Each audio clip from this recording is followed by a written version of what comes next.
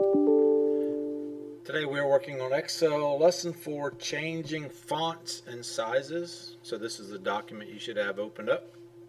First step says first change the font size and style for the document heading. So select cell A1.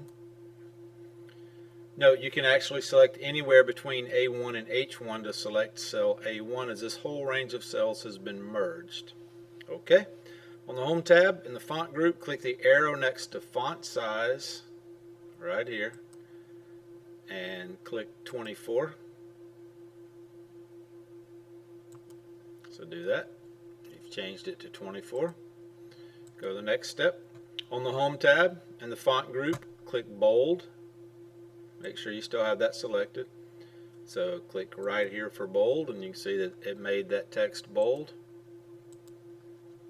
Select cell A2. And on the Home tab in the font group, click the arrow next to font size to display all the different sizes. Move the cursor down to point to various font sizes, but do not click on any of them yet. Notice that the Live Preview feature temporarily changes the look of the active cell by using the font size at which you were pointing. Click on font size 14. Mark that as answered. On the Home tab in the font group, click bold. Live Preview does not work with the bold, italics, or underline buttons. Mark that as answered. Now bold all of the cell titles. Select cell range A3 to A22.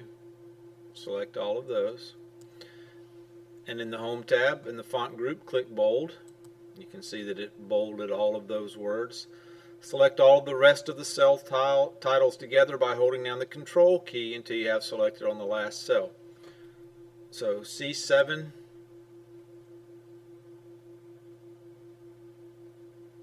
to C8.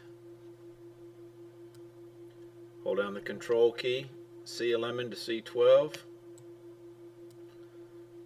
E7, E7, E11, G7, G11, and C14. On the Home tab in the font group, click bold to bold all these cells at the same time. You can see that it did that.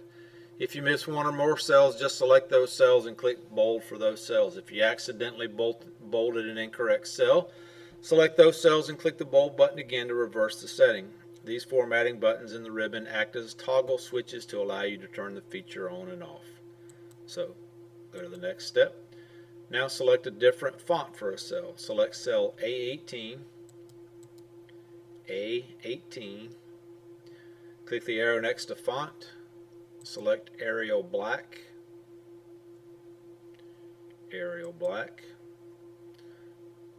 With cell 18 still selected, on the Home tab in the font group, click the arrow next to font size and select 14. You've done that.